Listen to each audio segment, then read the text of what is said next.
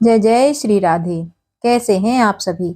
आशा करती हूँ कि मेरी पहली वीडियो आपको पसंद आई होगी। इसलिए मैं अधिक मास में नित्य सुनने वाली तुलसी जी की कहानी सुनाती हूँ और आगे भी सुनाती रहूंगी। चलिए अब शुरू करते हैं। अधिक मास में स्नान की तुलसी जी की कहानी। एक छोटी सी लड़की थी। वह तुलसी माँ की पूजा किया करती थी। उसका प्रतिदिन का नियम था कि तुलसी की पूजा करने के बाद ही खाना खाती थी। जब वह लड़की शादी के लायक हुई तब उसके माता पिता ने उसकी शादी करवा दी। उस लड़की के माता पिता ने उसे तुलसी का एक गमला दिया। ससुराल में भी वह रोजाना सुबह उठती और पूजन करके ही खाना खाती थी। उसकी दो जेठानियां थीं जो उसका मजाक उड़ाती और उससे कहती कि बड़ी नियम धर्म वाली बनती है। दोनों को उससे बहुत ईर्ष्या होती थी। लेकिन उस लड़की ने अपनी तुलसी माता की पूजा करना नहीं छोड़ा। ऐसा करते करते अधिक मास आया और उसने अधिक मास स्नान का नियम लिया। वह और भी ज्यादा तुलसी जी की पूजा करने लगी। इससे उसकी दोनों जेठानियों को बहुत गुस्सा आता था कि काम तो कुछ करती नहीं, हमेशा पूजा करती रहती है। वे दोनों ने एक दिन तुलसी जी का गमला छुपा दिया। लड़की ने बड़ी मुश्किल से गमला ढूंढ कर लाई और अच्छे से पूजा करके खाना खाई। लेकिन दोनों जेठानियां रोज ही ऐसा करने लगी और गमले को अलग अलग कमरे में छुपा देती। लेकिन वह लड़की रोज गमला ढूंढकर पूजन करती और फिर खाना खाती। वह रोजाना गमला ढूंढ लेती तो एक दिन जेठानियों ने वह गमला दूर फेंक दिया। इस लड़की ने गमला बहुत ढूंढा लेकिन गमला नहीं मिला। पर बहुत ही वह परेशान हो गई। उसका नियम था इसलिए उसने खाना भी नहीं खाया।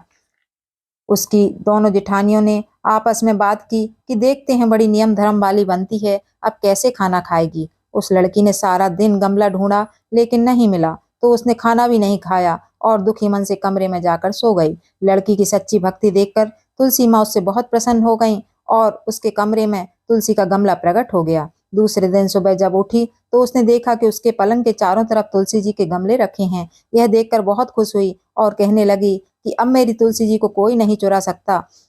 पूजा करने के लिए कहीं नहीं जाना पड़ेगा और अब कोई भी मेरी तुलसी माता को दूर नहीं फेंक पाएगा। उसने जल्दी से उठकर स्नान किया और तुलसी माता की पूजन की। फिर वह खाना खाने बैठी तो उसकी जेठानियां मजाक करने लगीं कि लो, देवरानी जी का नियम धर्म पूरा हो गया। और उससे पूछती हैं कि तुलसी जी की पूजा कर ली क्या, जो तुम खाना खा रही हो। देवरानी ने धीरे से बोला कि हाँ, कर ली।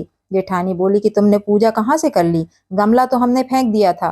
देवरानी बोली, देख लो, मेरे कमरे में खाट पर तुलसी जी लग रही हैं। जेठानिया ने जाकर देखा तो अचंभित रह गईं और देवरानी से बोली, देवरानी तेरी भक्ति सच्ची है, हमने तुझे बहुत परेशान किया, हमें माफ कर दो। तब देवरानी ने उन्हें माफ कर दिया। तब दोनों जेठानियों ने देवरानी के साथ अधिक मास स्नान का नियम लिया, तुलसी जी की पूजन की और फिर खाना खाया। हे तुलसी माता, जैसे आपने उस लड़की का नियम धर्म निभाया वैसे हम सबका निभाना। कहानी कहने वाले, सुनने वाले और हुक्का भरने वाले सभी की परसोत्तम भगवान रक्षा करें। जय परसोत्तम भगवान की, जय परसोत्तम मास की।